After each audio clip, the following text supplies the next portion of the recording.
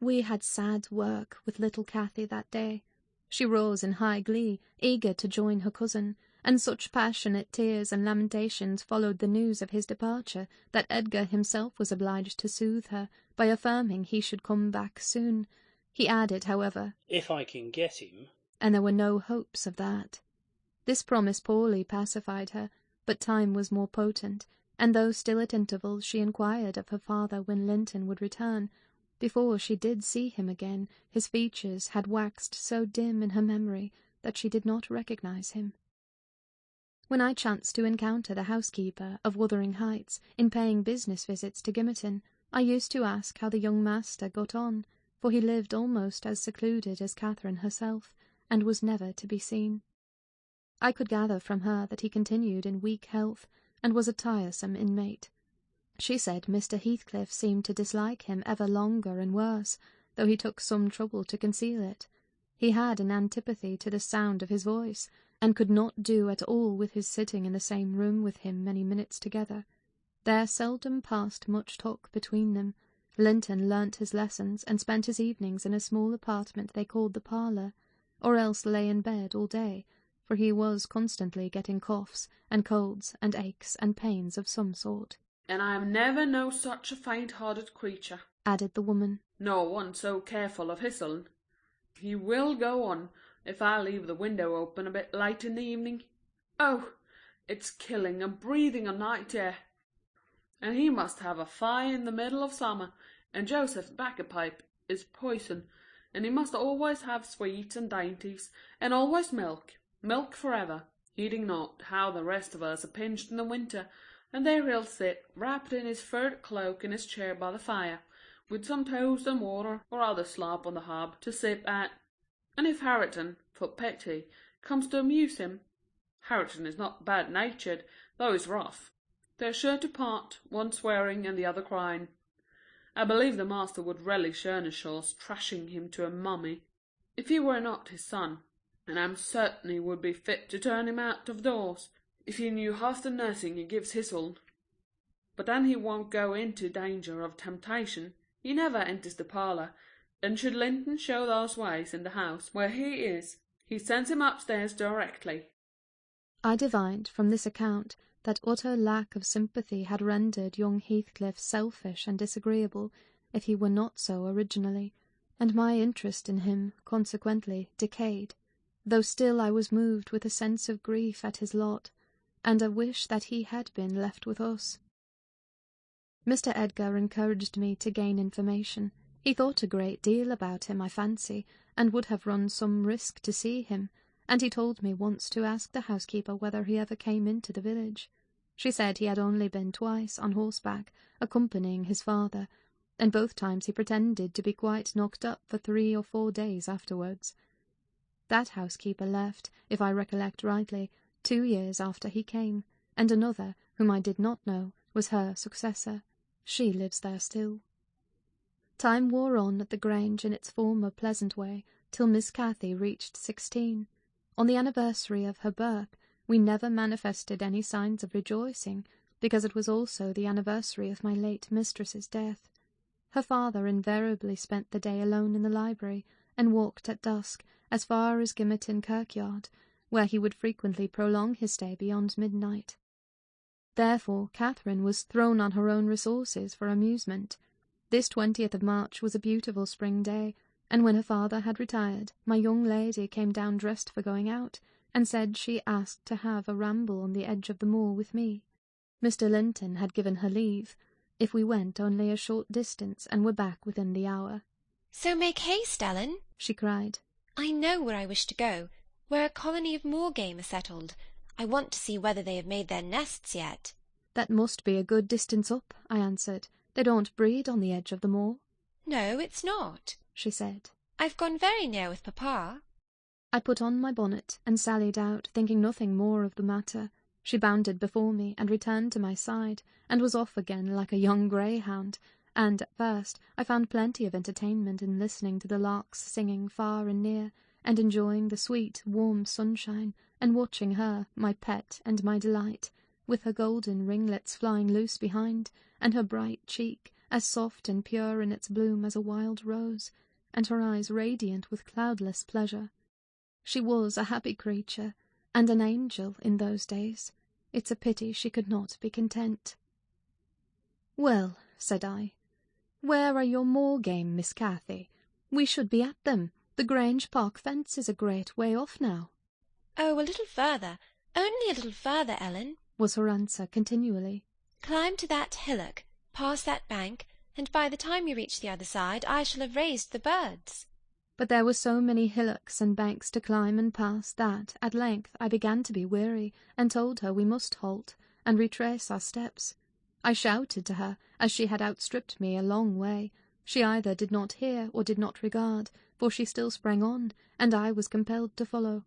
Finally she dived into a hollow, and before I came in sight of her again, she was 2 miles nearer Wuthering Heights than her own home, and I beheld a couple of persons arrest her, one of whom I felt convinced was Mr. Heathcliff himself.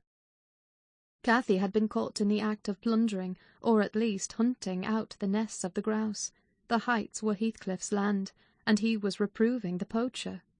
"I've neither taken any nor found any," she said, as I toiled to them, expanding her hands in corroboration of the statement. "I didn't mean to take them, but papa told me there were quantities up here, and I wished to see the eggs." Heathcliff glanced at me with an ill-meaning smile, expressing his acquaintance with the party, and, consequently, his malevolence towards it, and demanded who papa was. "Mr. Linton of Thrushcross Grange," she replied. "I thought you did not know me, or you wouldn't have spoken in that way." "You suppose papa is highly esteemed and respected, then?" he said sarcastically. "And what are you?" inquired Catherine, gazing curiously on the speaker. "That man I've seen before. Is he your son?" She pointed to Hareton, the other individual, who had gained nothing but increased bulk and strength by the addition of 2 years to his age. He seemed as awkward and rough as ever. "Miss Cathy," I interrupted, "it will be 3 hours instead of 1 that we are out presently. We really must go back." "No, that man is not my son," answered Heathcliff, pushing me aside. "But I have one, and you have seen him before, too. And though your nurse is in a hurry, I think both you and she would be the better for a little rest. Will you just turn this nab of heath and walk into my house? You'll get home earlier for the ease, and you shall receive a kind welcome." I whispered Catherine that she mustn't on any account accede to the proposal. It was entirely out of the question. "Why?" she asked aloud. "I'm tired of running, and the ground is dewy. I can't sit here. Let us go, Ellen. Besides, he says I have seen his son. He's mistaken, I think. But I guess where he lives, at the farmhouse I visited in coming from Penistone Crags. Don't you?" "I do. Come, Nelly, hold your tongue. It will be a treat for her to look in on us. Hareton, get forwards with the lass. You shall walk with me, Nelly." "No, she's not going to any such place," I cried, struggling to release my arm, which he had seized. But she was almost at the door-stones already, scampering round the brow at full speed. Her appointed companion did not pretend to escort her. He shied off by the roadside and vanished. "Mr. Heathcliff, it's very wrong," I continued. "You know you mean no good. And there she'll see Linton, and all will be told as soon as ever we return, and I shall have the blame." "I want her to see Linton," he answered. "He's looking better these few days, and it's not often he's fit to be seen. And we'll soon persuade her to keep the visit secret. Where is the harm of it?" "The harm of it is that her father would hate me if he found I suffered her to enter your house, and I am convinced you have a bad design in encouraging her to do so," I replied. "My design is as honest as possible. I'll inform you of its whole scope," he said. "That the 2 cousins may fall in love and get married. I'm acting generously to your master. His young chit has no expectations, and should she second my wishes, she'll be provided for at once as joint successor with Linton." "If Linton died," I answered, "and his life is quite uncertain, Catherine would be the heir." "No, she would not," he said. "There is no clause in the will to secure it so. His property would go to me. But, to prevent disputes, I desire their union, and am resolved to bring it about." "And I'm resolved she shall never approach your house with me again," I returned, as we reached the gate, where Miss Cathy waited our coming. Heathcliff bade me be quiet, and, proceeding us up the path, hastened to open the door. My young lady gave him several looks, as if she could not exactly make up her mind what to think of him, but now he smiled when he met her eye, and softened his voice in addressing her, and I was foolish enough to imagine the memory of her mother might disarm him from desiring her injury. Linton stood on the hearth. He had been out walking in the fields, for his cap was on, and he was calling to Joseph to bring him dry shoes. He had grown tall of his age, still wanting some months of 16. His features were pretty yet, and his eye and complexion brighter than I remembered them, though with merely temporary lustre borrowed from the salubrious air and genial sun. "Now, who is that?" asked Mr. Heathcliff, turning to Cathy. "Can you tell?" "Your son?" she said, having doubtfully surveyed first one and then the other. "Yes, yes," answered he. "But is this the only time you have beheld him? Think. Ah, you have a short memory. Linton, don't you recall your cousin that you used to tease us so with wishing to see?" "What, Linton?" cried Cathy, kindling into joyful surprise at the name. "Is that little Linton? He's taller than I am. Are you Linton?" The youth stepped forward and acknowledged himself. She kissed him fervently, and they gazed with wonder at the change time had wrought in the appearance of each. Catherine had reached her full height. Her figure was both plump and slender, elastic as steel, and her whole aspect sparkling with health and spirits. Linton's looks and movements were very languid, and his form extremely slight, but there was a grace in his manner that mitigated these defects, and rendered him not unpleasing. After exchanging numerous marks of fondness with him, his cousin went to Mr. Heathcliff, who lingered by the door, dividing his attention between the objects inside and those that lay without, pretending, that is, to observe the latter, and really noting the former alone. "And you are my uncle, then?" she cried, reaching up to salute him. "I thought I liked you, though you were cross at first. Why don't you visit at the Grange with Linton?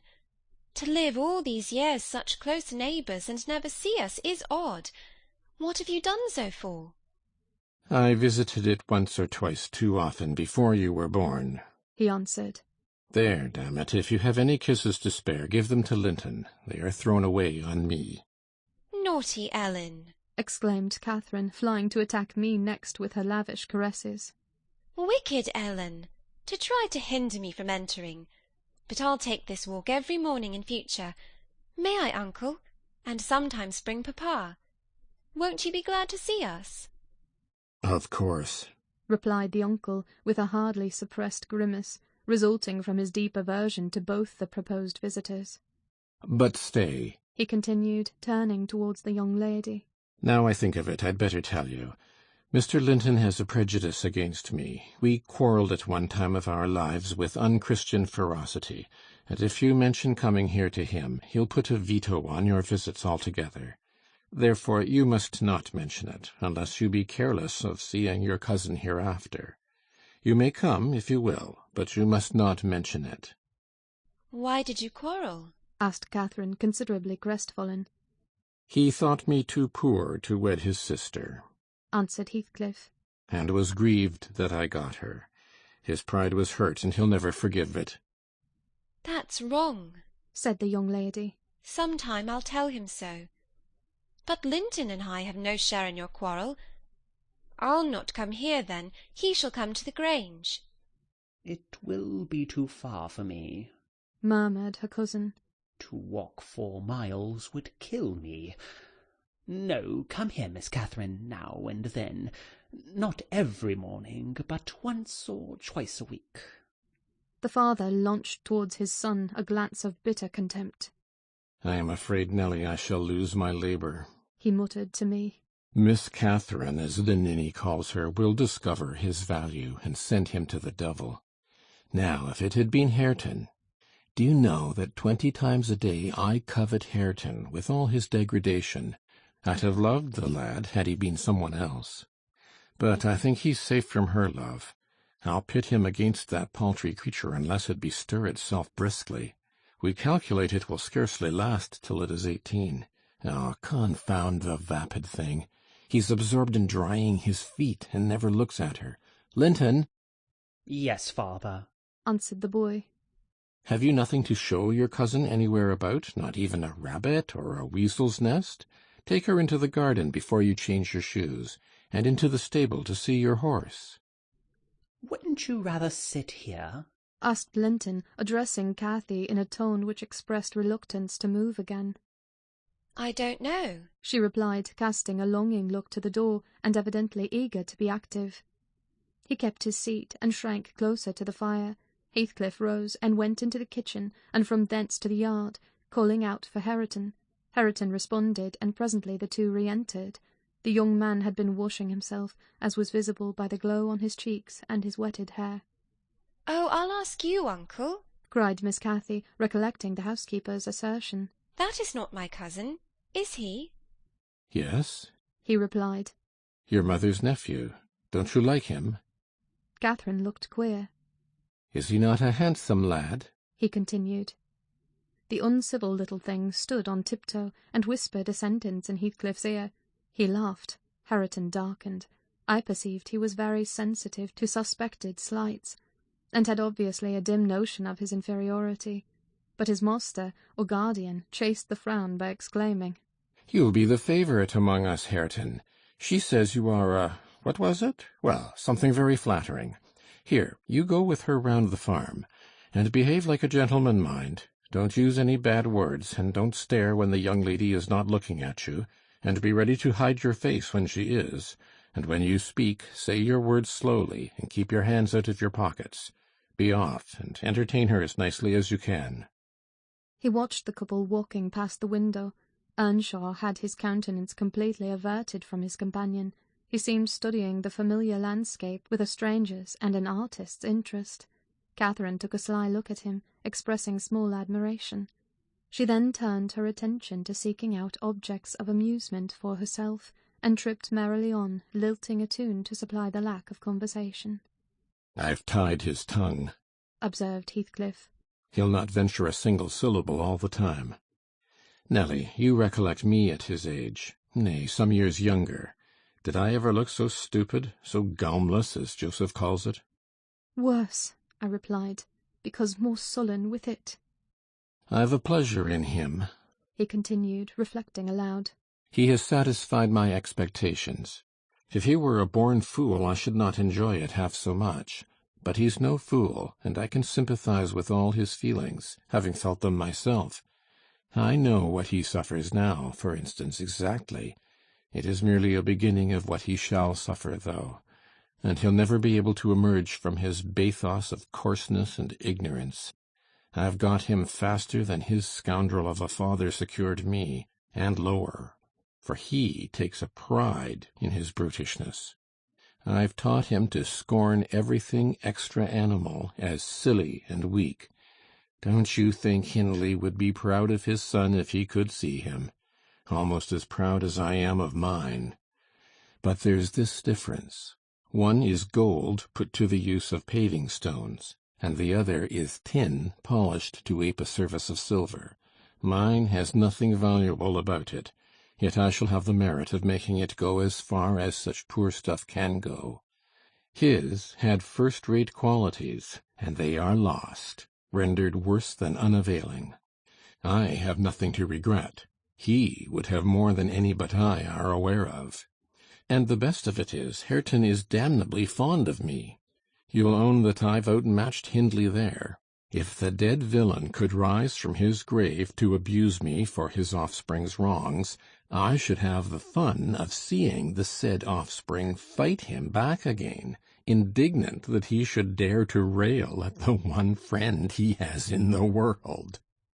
Heathcliff chuckled a fiendish laugh at the idea. I made no reply, because I saw that he expected none. Meantime, our young companion, who sat too removed from us to hear what was said, began to evince symptoms of uneasiness, probably repenting that he had denied himself the treat of Catherine's society for fear of a little fatigue. His father remarked the restless glances wandering to the window, and the hand irresolutely extended towards his cap. "Get up, you idle boy," he exclaimed with assumed heartiness. Away, after them. They are just at the corner, by the stand of hives. Linton gathered his energies and left the hearth. The lattice was open, and as he stepped out, I heard Cathy inquiring of her unsociable attendant what was that inscription over the door. Hareton stared up and scratched his head like a true clown. "It's some damnable writing," he answered. "I cannot read it." "Can't read it?" cried Catherine. "I can read it. It's English. But I want to know why it is there." Linton giggled, the first appearance of mirth he had exhibited. "He does not know his letters," he said to his cousin. "Could you believe in the existence of such a colossal dunce?" "Is he all as he should be?" asked Miss Cathy seriously. "Or is he simple? Not right? I've questioned him twice now, and each time he looked so stupid I think he does not understand me. I can hardly understand him, I'm sure." Linton repeated his laugh and glanced at Hareton tauntingly, who certainly did not seem quite clear of comprehension at that moment. "There's nothing the matter but laziness. Is there, Earnshaw?" he said. "My cousin fancies you are an idiot. There you experience the consequence of scorning book-larning, as you would say. Have you noticed, Catherine, his frightful Yorkshire pronunciation?" "Why, where the devil is the use on't?" growled Hareton, more ready in answering his daily companion. He was about to enlarge further, but the two youngsters broke into a noisy fit of merriment, my giddy miss being delighted to discover that she might turn his strange talk to matter of amusement. "Where's the use of the devil in that sentence?" tittered Linton. "Papa told you not to say any bad words, and you can't open your mouth without one. Do try to behave like a gentleman. Now do." "If thou weren't more a lass than a lad, I'd fell thee this minute, I would. Pitiful lath of a creator," retorted the angry boar, retreating, while his face burnt with mingled rage and mortification, for he was conscious of being insulted, and embarrassed how to resent it. Mr. Heathcliff, having overheard the conversation as well as I, smiled when he saw him go, but immediately afterwards cast a look of singular aversion on the flippant pair, who remained chattering in the doorway, the boy finding animation enough while discussing Hareton's faults and deficiencies, and relating anecdotes of his goings-on, and the girl relishing his pert and spiteful sayings, without considering the ill nature they evinced. I began to dislike, more than to compassionate Linton, and to excuse his father in some measure for holding him cheap. We stayed till afternoon. I could not tear Miss Cathy away sooner, but happily my master had not quitted his apartment, and remained ignorant of our prolonged absence.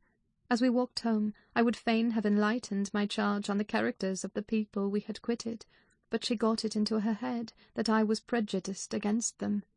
"Aha!" she cried. "You take papa's side, Ellen.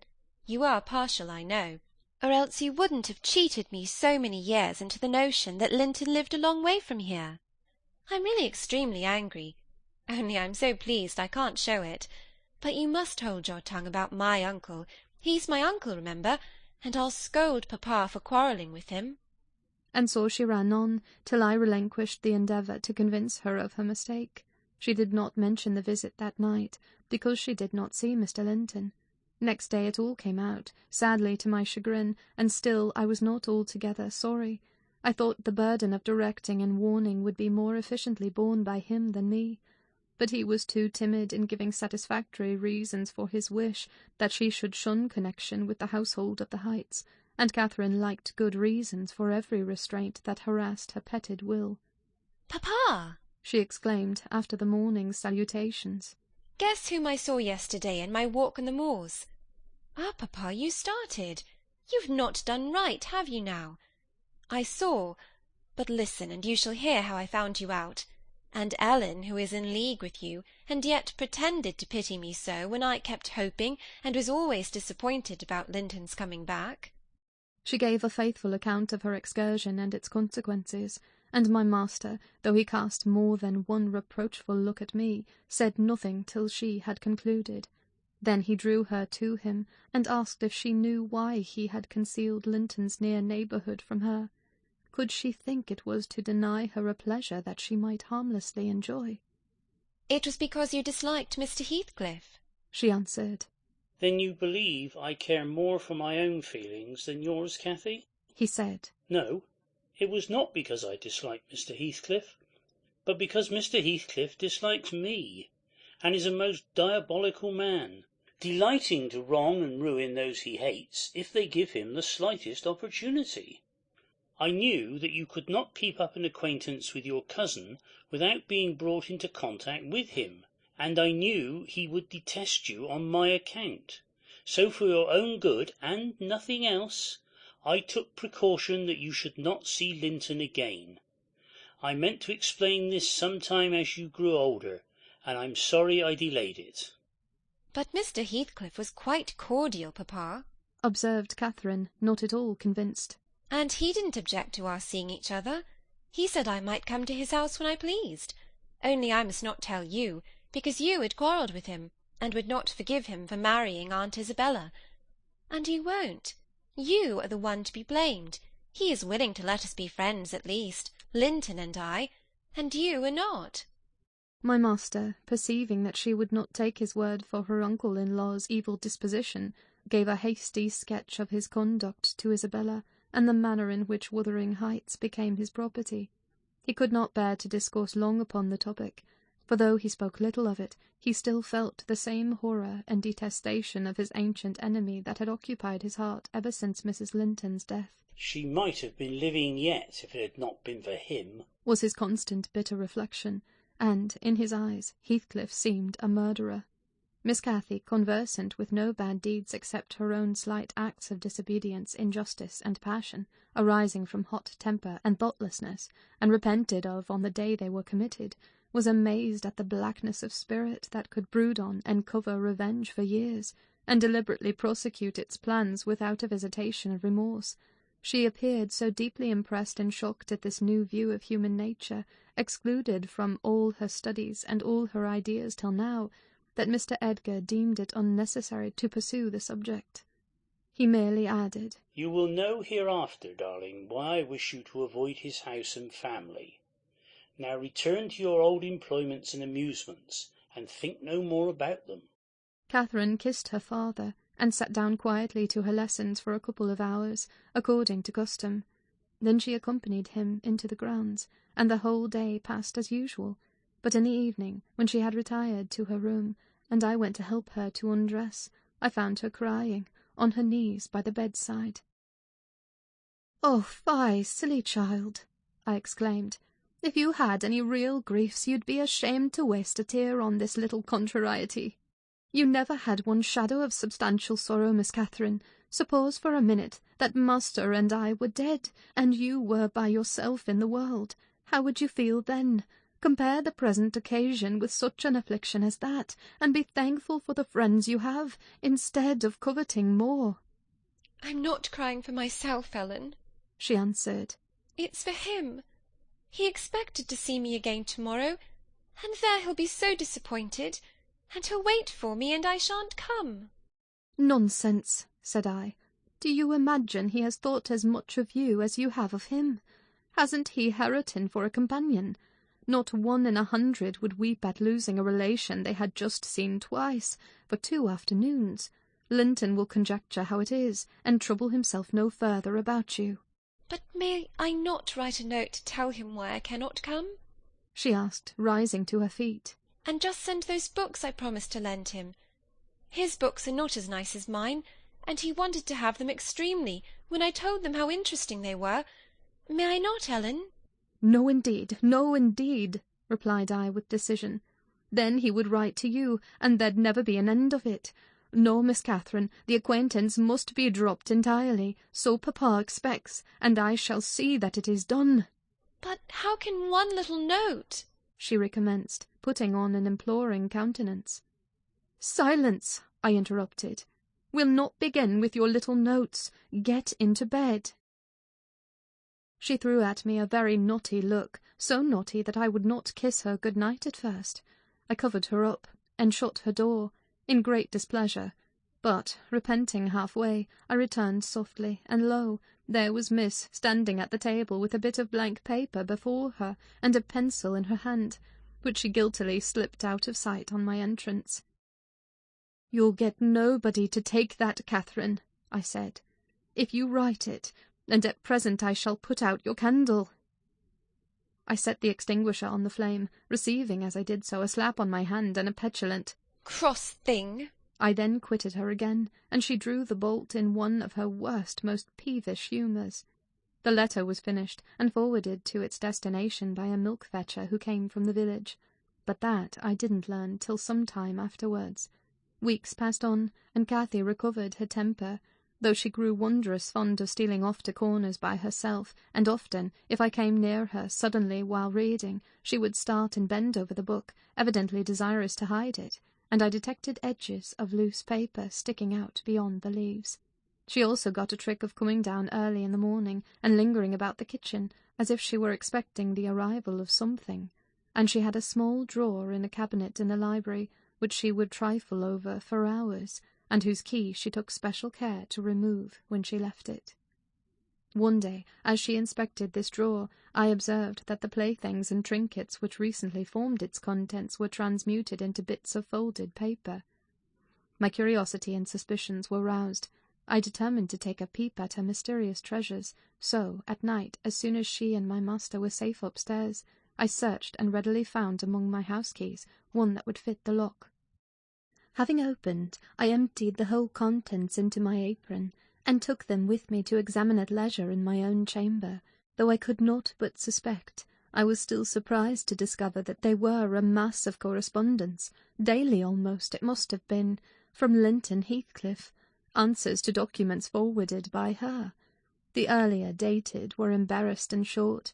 Gradually, however, they expanded into copious love letters, foolish as the age of the writer rendered natural, yet with touches here and there which I thought were borrowed from a more experienced source. Some of them struck me as singularly odd compounds of ardour and flatness, commencing in strong feeling and concluding in the affected, wordy style that a schoolboy might use to a fancied, incorporeal sweetheart. Whether they satisfied Cathy I don't know, but they appeared very worthless trash to me. After turning over as many as I thought proper, I tied them in a handkerchief and set them aside, relocking the vacant drawer. Following her habit, my young lady descended early and visited the kitchen. I watched her go to the door on the arrival of a certain little boy, and, while the dairymaid filled his can, she tucked something into his jacket pocket and plucked something out.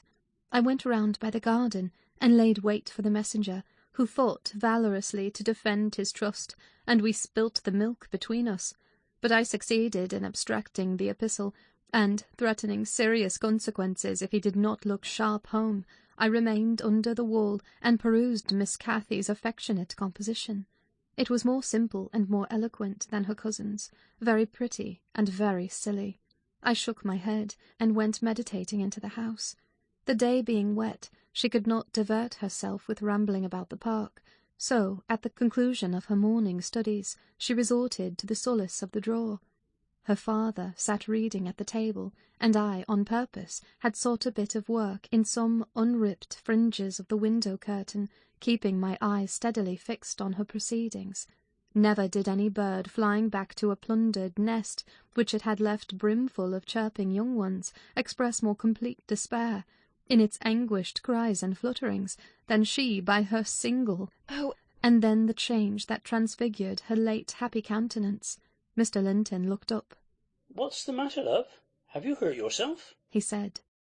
His tone and look assured her he had not been the discoverer of the hoard. "No, Papa," she gasped.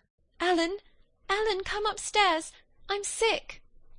I obeyed her summons and accompanied her out. "Oh, Ellen, you have got them," she commenced immediately, dropping on her knees when we were enclosed alone. "Oh, give them to me, and I'll never, never do so again. Don't tell Papa. You have not told Papa, Ellen. Say you have not. I've been exceedingly naughty, but I won't do it any more." With a grave severity in my manner, I begged her stand up. "So," I exclaimed, Miss Catherine, you are tolerably far on, it seems. You may well be ashamed of them. A fine bundle of trash you study in your leisure hours, to be sure. Why, it's good enough to be printed.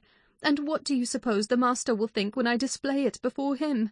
I haven't shown it yet, but you needn't imagine I shall keep your ridiculous secrets. For shame! And you must have led the way in writing such absurdities. He would not have thought of beginning, I'm certain. I didn't, sobbed Cathy, fit to break her heart.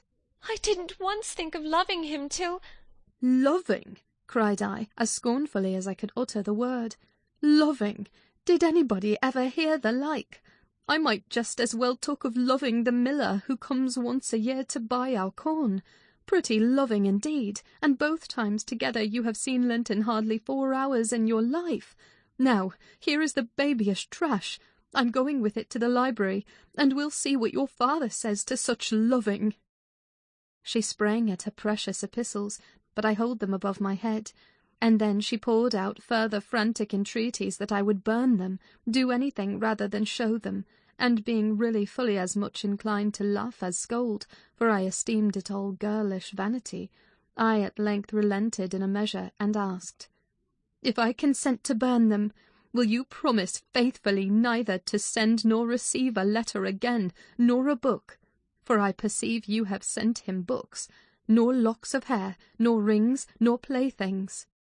"We don't send playthings," cried Catherine, her pride overcoming her shame. "Nor anything at all, then, my lady," I said. "Unless you will, here I go." "I promise, Ellen," she cried, catching my dress. "Oh, put them in the fire, do, do." But when I proceeded to open a place with the poker, the sacrifice was too painful to be borne. She earnestly supplicated that I would spare her 1 or 2. 1 or 2, Ellen, to keep for Linton's sake. I unknotted the handkerchief and commenced dropping them in from an angle, and the flame curled up the chimney. "I will have 1, you cruel wretch!" she screamed, darting her hand into the fire, and drawing forth some half-consumed fragments at the expense of her fingers. "Very well, and I will have some to exhibit to papa," I answered, shaking back the rest into the bundle, and turning anew to the door.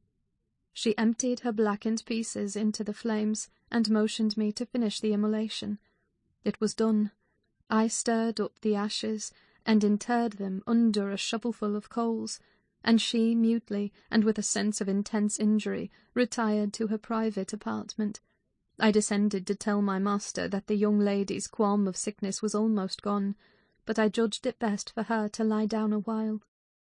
She wouldn't dine, but she reappeared at tea, pale and red about the eyes, and marvellously subdued in outward aspect. Next morning I answered the letter by a slip of paper, inscribed, "Master Heathcliff is requested to send no more notes to Miss Linton, as she will not receive them." And henceforth the little boy came with vacant pockets.